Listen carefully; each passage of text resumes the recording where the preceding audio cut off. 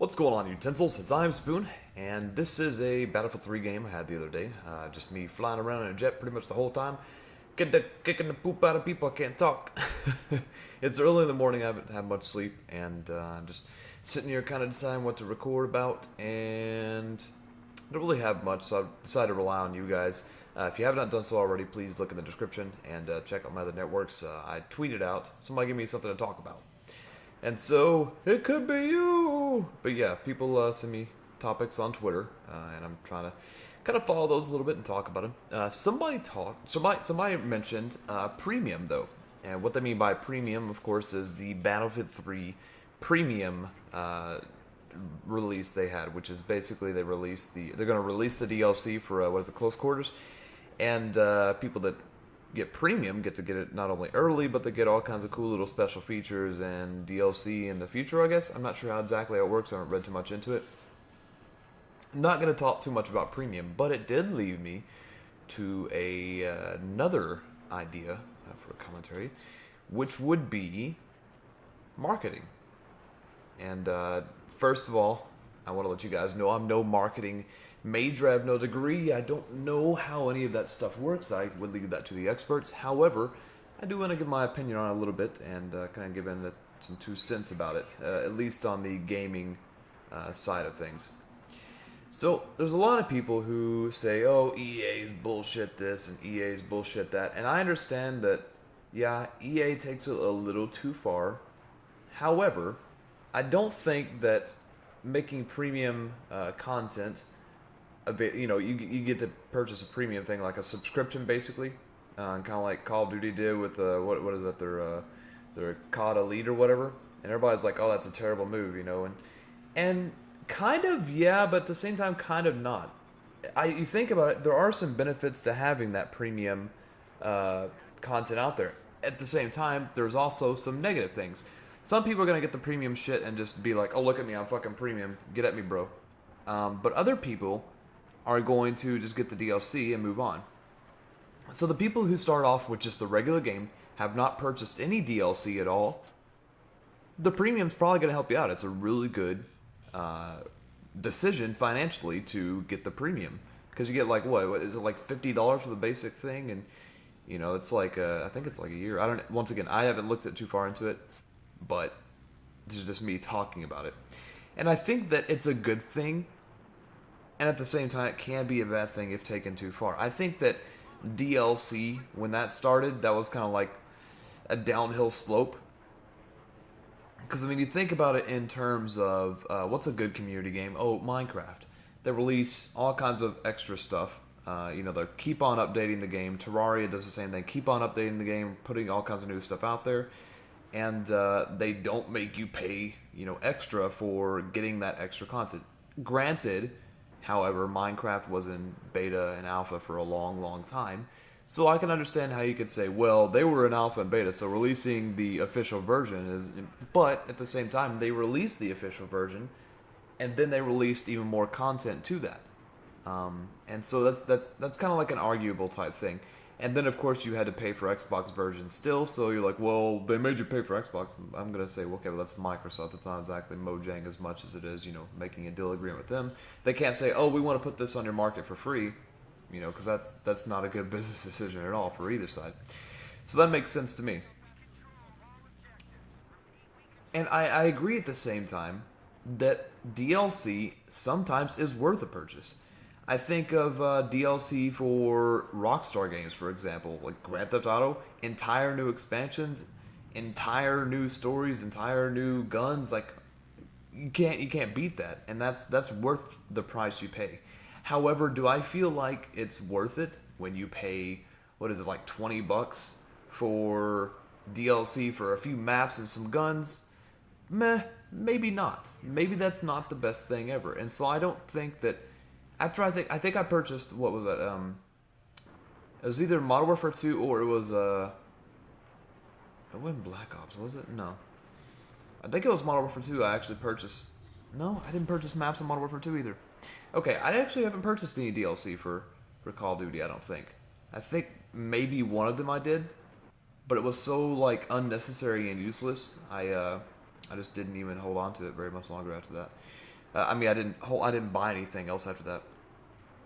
DLC for Battlefield is a little different, I think, because there's the maps were really cool. Battlefield is a lot more of a game than Call of Duty in every single way, and then you get some new guns as well. So I think it's worth it for Battlefield 3 a little bit, maybe not as much. Okay. Sorry, I was watching. I thought that jet like ran into the exploding thingy there, but it didn't. But yeah, I feel like some games with it, some games aren't. But you still got to go into it with a open mind and say, okay, well, DLC is necessary. Marketing strategies for that DLC are necessary, but the prices are set a little high because you think about the initial game you purchased, right? $60. That's $60. Let's say, for example, Battlefield, Call of Duty. That's a single player, split screen, co-op, multiplayer, all those different versions, all in a $60 package. You get all this cool stuff, and then to charge, charge 1/3 of that for a few extra maps and then maybe some guns or maybe some characters. Like, I think that's a little too much. I think that's a little too much. I think that if you're gonna put, especially on Xbox, you think about it this way: they charge 1,600 Microsoft points, which is $20, or maybe it's 1,400. I can't remember. I think they should charge half of that. I think it should be like maybe $10 to get DLC like that, but it's always the same amount.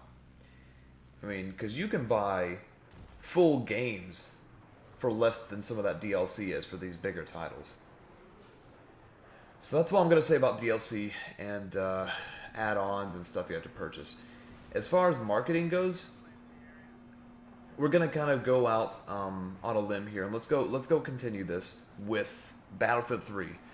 A lot of people were upset, like, oh, well, they had to dumb it down for console and stuff, and blah, blah, blah. But they released it on consoles, and they released it on PC, and people were upset about that because, like, it's a PC game, it should be only on PC, and they could have done much more with it, blah, blah, blah. But it's like, okay, well, think about it in this sense. You have a game that's really good, got a really good audience, and you want to give it to even more people. Why not put it on console? Right? And so people say, oh, PC, mouse and keyboard or die, or controller or die. It's like, well, why can't you? I have both. I have a console, and I have PS3 and 360. I have two consoles and a PC, and I play Battlefield 3 on both of them. I'm not as good on PC, but I agree it looks better, and it's a lot more intense, definitely. But in the same way, though, that being more intense isn't always that fun. Like, I don't like going onto a server where there's 64 people and just people are just sitting around corners just constantly shooting at all times, because you can't actually I can't do very good on that. I like the smaller kind of, like, I can focus my attacks more on these people instead of not knowing really where to go, because everywhere I move I get shot instantly. And that's how it is with 64 people. And so I feel like PC has its ups and downs, and I feel like I'm better at controller than I am keyboard and mouse, so that's that. So let's move on to where I was going with this, which is marketing once again, because this is what the commentary is about. And I think that it's appropriate to exhaust all avenues if it's popular. Like Minecraft, for example, a lot of people were butthurt that Minecraft was going to the Xbox. They say, oh, it's not anywhere close to as good. Well, duh. Anything on the console is probably not going to be as good as it is on the PC. Just, that's simple how it is. Unless the game is ultimately the same thing. There's no graphical enhancements or anything like that on either thing. And that's understandable. But you can't say that it's bad to release it on a console if it's been out on PC already. For example, Minecraft is what we're going to now. And Minecraft is so far behind on the Xbox. It's like, oh, well, it's bad. It's worse than PC. Well, yeah, but like here's what I always tell everybody, and this is what I'm going to tell you guys now that I always say in the live stream. Like, with PC Minecraft, I have a set group of friends, a lot of people from the YouTube community, a lot of people from Twitch community, and I stream it all the time. However, my IRL friends don't really have computers that can run all that stuff, and sometimes they do. They just never play Minecraft. And so all my IRL friends that I've known for a long time, I started out playing Halo on Xbox with, they all got Minecraft for the Xbox. And so why would I say, oh, well, getting it for the Xbox is dumb because it's not as good as the PC, when that's just like ignoring the fact that my friends have it on Xbox. So I think it's important to reach as much of the audience as you can. If you don't like the fact that they're making DLC, don't get it. If you don't like the fact that they're putting it out on consoles too, then don't get it. Simple as that. However, I like the fact that they put it on console. Gives me a chance to play with my other friends. Gives me a chance to kind of explore that feeling with the controller. And I actually like it. I like it a lot. I think it feels really cool using a joystick. And a lot of the times a D-pad, and actually having that preset workbench thing where you can actually see what you'll need to build things. So it actually makes it, in a way, easier, and at the same time harder, because PC controls on first-person shooters are hard for me, but PC controls on Minecraft, I'm actually a lot better at. Minecraft on Xbox is actually more difficult for me in some cases. And so that's the way I look at it. So you got to kind of come up with an open mind and say, well, is this going to reach a bigger audience? Is this going to make them more money without making them seem like greedy bastards? You know? And so when I play Red Dead Redemption, when I play Grand Theft Auto, I think about it. I'm like, okay, this DLC I purchased, was this worth it? When I go through and I play it, was this worth it? And I say yes. Every time I've ever purchased DLC from Rockstar, it's always been worth it. I have all the DLCs on Red Dead Redemption. I have all the DLCs in Grand Theft Auto. And those were worth it. Definitely worth it. And so you'll see me purchasing DLC from them all the time. So you go to EA, you go to Activision, and the Call of Duty and the Battlefield franchise. And Battlefield, from what I understand, used to be really good. Back when I played it back on 1942, it was really fun. I played it all the time. There was no DLC type stuff back then. But now that EA has a hold of it, it may seem a little, sketch. But that's just, they're getting with the times, just like anybody else. So don't hate on EA beyond the obvious, which EA just sucks in general. But their marketing has nothing to do with their suck factor. Just what they do to games is kind of like a suck factor as far as like, the whole Mass Effect ordeal and all that. And we're assuming that's EA. That's just all things aside. But we're focused on the marketing part of it right now. So, in the long run, and watch me hit this little Jeep. It's so funny. Boom! I love that. But yeah, so you think about it from that perspective. Rockstar, I purchased DLC. I loved it. I went back. I purchased every single DLC. And Battlefield, I purchased DLC. I'm like, meh, I don't really, I can see why. It's really fun. I like playing it, and I like these extra guns and these new maps. Plus, it kind of makes me have them in order to play a lot of maps out there. And so it's kind of necessary for me to buy it now. And at the same time, I feel like it was kind of worth it. I don't really like the amount I paid, but I still feel like I would do it again just because. And then there's games like Call of Duty where I purchased like one, or I haven't purchased any. I think I've actually purchased one, I can't remember. But it was so bad, I was like, I'm never purchasing this again. So if you actually put some work into your DLC and people buy it and they like it and they go on with it further, then they're going to buy a lot more DLC from you in the future.